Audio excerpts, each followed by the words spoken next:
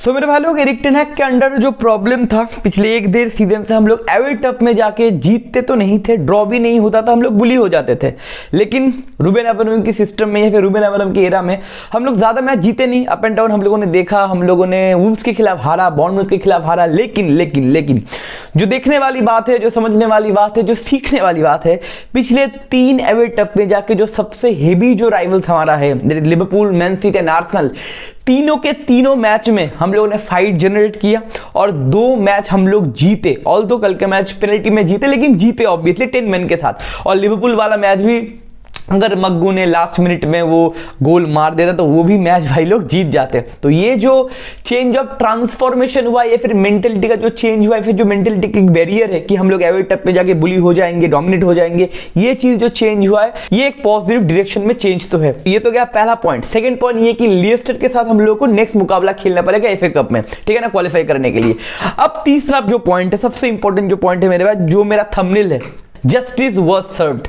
मेरे भाई कल का जो रेफरिंग डिसीजन था और जो लक था, देखो फुटबॉल में थोड़ा बहुत लक की जरूरत तो होता है, लाइफ में बताओ, करियर में बताओ, जॉब में बताओ, बिजनेस में बताओ, फुटबॉल में बताओ, सारे जगह पे लक की आपको दरकार होता है। जो रेफरिंग डिसीजन होते हैं, ऑन फील्ड का जो मोमेंट पे डिसीजन होते हैं, येलो कार्ड या फाउल देना, ना देना, कॉर्नर देना या फिर ना देना, इसमें थोड़ा बहुत लक आपके फेवर में चाहिए, ठीक है। अगर 90 मिनट का मुकाबला बोलो, लक आपके फेवर में जाएगा, कभी मेरे फेवर में आएगा कभी। लेकिन चीज अगर पूरे के पूरे 90 मिनट एक ही टीम के फेवर में जाता है तो भैया बहुत ज्यादा मुश्किल हो जाता है एक टीम के लिए। देखो मैं बच्चों की तरह ये नहीं बोलूंगा कि रेफरी ने पैसा खाया है, ये सब बच्चों वाला कमेंट है। लेकिन चीज क्या है कि भाई ये जो रेफरी था, ये हो सकता है आर्सेनल का बहुत बड़ा फैन है या फिर मैनचेस्टर यूनाइटेड का बहुत बड़ा हेटर है, क्योंकि आप थ्रू आउट द 90 मिनट्स में एक भी 50-50 कॉल या फिर जो कॉल नहीं है, जो फाउल नहीं है, उसके ऊपर भी अगर फाउल दोगे, आप हैरी मैगवायर का वो काई हेवर्ट्स के ऊपर पेनल्टी देना बोलो, टच बंदे का नहीं हुआ था,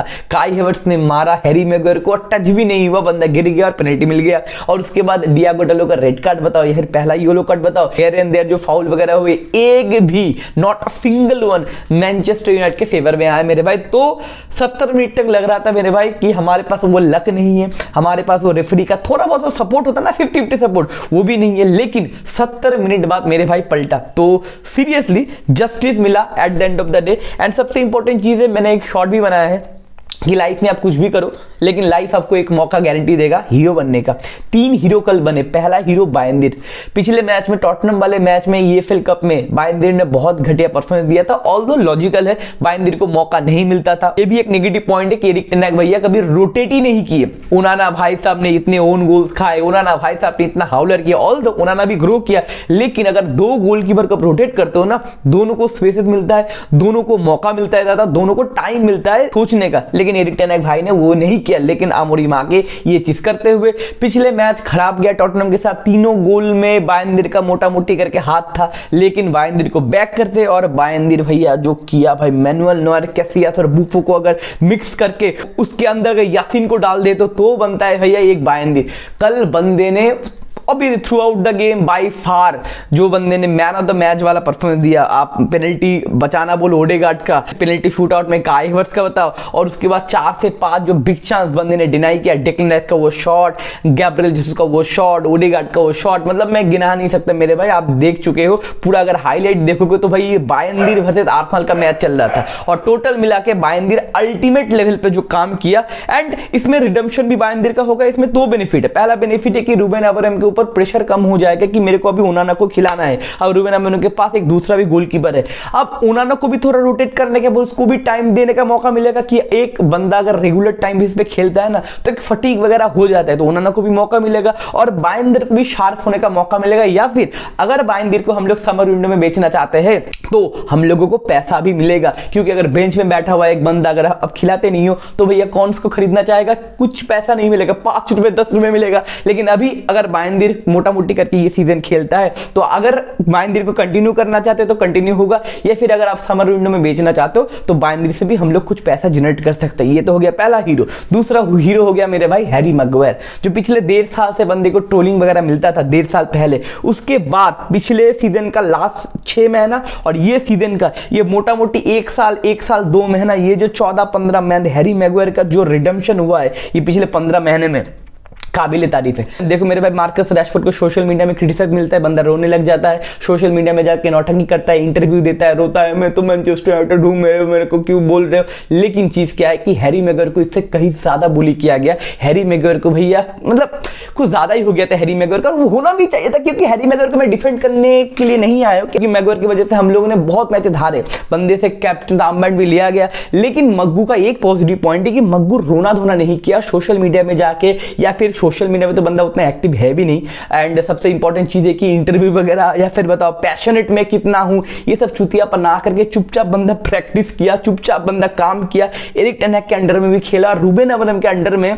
बंदा स्क्वाड प्लेयर नहीं है मेरे भाई, ही इज आवर प्लेइंग 11। वो बंदा जो सेंटर बैक है वो हैरी मैगवायर, जो लीडरशिप दिखा रहा है बंदा। सिटी वाला मैच पकड़ लो, लिवरपूल वाला मैच पकड़ लो, अब जितने भी सारे मैच पकड़ लो, डिफेंस लाइन में अगर सबसे कंसिस्टेंट डिफेंडर बोला जाए that will be Harry Maguire, क्योंकि डिलीट का इंजरी था और लीचा का सीजन इतना अच्छा नहीं जा रहा है, अप एंड डाउन है। अगर कंसिस्टेंट डिफेंडर बोलो पिछले एक साल का, आई हैव टू से it is very surprising that is Harry Maguire. तो ये जो रिडेम्पशन है मेरे भाई हैरी मैगवायर का, काबिल तारीफ। और लिवरपूल वाला गोल अगर दे देता है हैरी मैगवायर मेरे भाई, तो भाई फर्गुसन के बाजू में एक मूर्ति भी बन जाता है। और तीसरा रिडेम्पशन है, छोटा मोटा रिडेम्पशन, बड़ा रिडेम्पशन नहीं मग्गू जैसा, छोटा मोटा रिडेम्पशन है जिगजी का। देखो न्यूकासल वाले मैच में मैंने बताया था कि जिगजी का करियर तो खत्म है, एंड वैसा ही लग रहा था। अगर होम क्राउड आपको बू कर रहा है और 33 मिनट्स में अगर आपको सब्स्टिट्यूट किया जा रहा है, तो समझ लो भाई आपका जो मैनेजर है उसका कॉन्फिडेंस खत्म हो गया।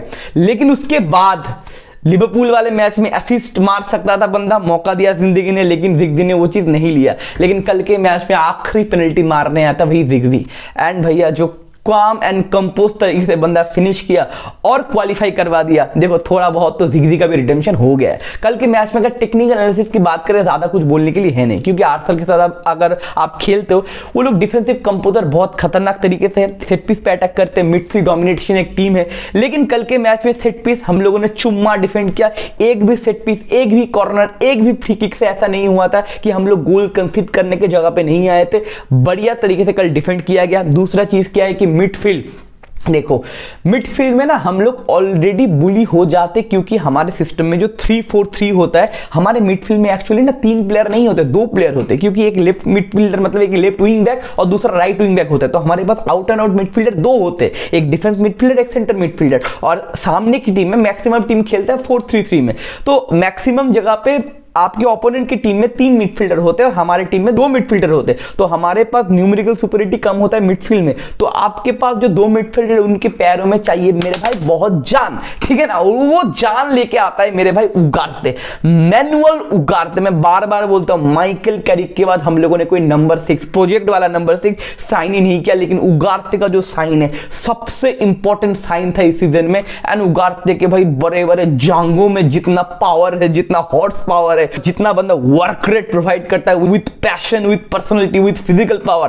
काबिले तारीफ है। बंदा कुत्तों की तरह 90 मिनट प्रेस कर सकता है, एनर्जी बंदे का खत्म होता नहीं। एक बंदा जो डुएल जीत पाता है हमारे मिडफील्ड में, क्योंकि कोबी मैन उतना डुएल बताओ, कोबी मैन उतना एरियल पे सुपीरियर नहीं है, लेकिन उगारते मेरे भाई कल मिडफील्ड में छाया हुआ था, उनके मिडफील्ड को ज्यादा कंफर्टेबल होने दिए ही नहीं। और डिफेंस लाइन में तीनों लोग जो थे, काफी अच्छा गेम था। डिलीट ने भाई गोल्ड लाइन सेव किया, लीचा ने गोल्ड लाइन सेव किया। देखो सारे लड़के कल के मैच में ना, देखो अगर आप एक मैन डाउन हो जाते हो एवे टफ में और आपको खेलना है 30 मिनट, उसके बाद 130 मिनट, 60 मिनट, 1 घंटा एवे टफ पे विद आर्सेनल, मतलब जो सेकंड या फिर थर्ड पोजीशन में, मतलब one of the best team in the premier league last 3 season में, मतलब जो प्रीमियर लीग जीतने के लाइन में है, उनके साथ एवे टफ में जाके 10 मैन डाउन होके अगर आपका टीम वो मैच जीतता है या फिर ड्रॉ करता है लॉजिकली, तो भैया जितने सारे प्लेयर्स है वो एक्स्ट्रा कुछ दिए है, जितने सारे प्लेयर्स का लिमिट है वो लिमिट पुश किए। आप टोबी कॉयलर बताओ, एक 19-20 साल का, आप उगारते बताओ, आप 30 साल का मग्गू बताओ, आप कौन कोई नहीं जानता है बाइंदर बताओ, या फिर फिनिश जिगजी बताओ, या फिर हमारा कप्तान ब्रूनो फर्नांडिस बताओ। सारे लोगों का कमिटमेंट हाईएस्ट लेवल पे था, या फिर मैं बोल सकता हूं वो हाईएस्ट लेवल से ज्यादा पुश किए। तो टोटल मिला के कल मेंटेलिटी कल कैरेक्टर देखने को मिला, कल फुटबॉल नहीं मेरे भाई, कल गूदा देखने को मिला कि मैनचेस्टर यूनाइटेड के प्लेयर्स में और मैनचेस्टर यूनाइटेड के जो आपके मैनेजर है वो इस बैच में गूदा मेरे भाई है। At the end of the day इसका बात तो मेरे को करना पड़ेगा थोड़ा बहुत। गर्नाचो का भी थोड़ा बहुत रिडेम्पशन हुआ, जो असिस्ट आया था, जो गोल में जो असिस्ट आया तो वो गर्नाचो ने बॉल जीता था, बंदा थ्रू आउट बॉल कैरी किया और ब्रूनो फर्नांडिस को गजब का जो पास नहीं करता है गर्नाचो में गाली देके देके थक जाता हूं, लेकिन बंदे ने फाइनली सही टाइम पे पास किया और ब्रूनो का बहुत बढ़िया फिनिश। तो यहां से क्या हम लोग बैक आ गए? नहीं मेरे भाई, यहां से हम लोग बैक नहीं आए। कोई कमबैक वगैरह कोई मोटिवेशन मैं आपको देना नहीं चाहता, क्योंकि ये चीज कैरी करना पड़ेगा। 5-6 मैचेस में बैक टू बैक जीतना पड़ेगा, उसके बाद ये मोमेंटम आएगा। यार नंबर 9 हम लोगों को चाहिए और हॉयलैंड का मैं गाली नहीं दूंगा, अच्छा दिन है तो हॉयलैंड को मैं छोड़ दे रहा हूं, ठीक है, लेकिन हॉयलैंड का बहुत गजब एंड बहुत खराब मैच था। तो टोटल मिला के मामला है, आने वाले मैचेस में हम लोग को लीस्टर को फेस करना पड़ेगा एफए कप में, लेकिन हम लोगों का जो नेक्स्ट 3 मैच है साउथम्पटन, ब्राइटन और रेंजर्स के खिलाफ मैच है। रेंजर्स के खिलाफ हम लोगों को खेलना पड़ेगा यूरोपा लीग में, तो बैक टू बैक मैचेस हमको जीतना पड़ेगा। बहुत पॉजिटिव पॉइंट देखने के लिए at the end of the day ये मैं बोलना भूल गया, दैट इज डेविड राया। ये बंदा पेनल्टी स्पेशलिस्ट था, लेकिन 5 पेनल्टी हम लोगों ने बंदे को रॉन्ग साइड डाइव करवाया। तो भाई पॉजिटिव पॉइंट बहुत है, बहुत कुछ डिस्कस करने के लिए है। आज के रात को 10 बजे या फिर 10:30 बजे हम लोग लाइव होंगे एंड इसके बारे में डिटेल में डिस्कशन करेंगे। और आप ये वीडियो बाद में देख रहे हो तो देख लेना, लाइव में हम लोग डिटेलिंग में डिस्कशन करेंगे, क्योंकि बोलने के लिए मेरे पे बहुत कुछ है। 10-12 मिनट में मैं सारा कुछ मैं पॉइंट एक्सप्लेन नहीं कर सकता। तो मिलते हैं रात में, टेक केयर। आने वाले वीडियो में मिलते हैं मेरे भाई। GGMU।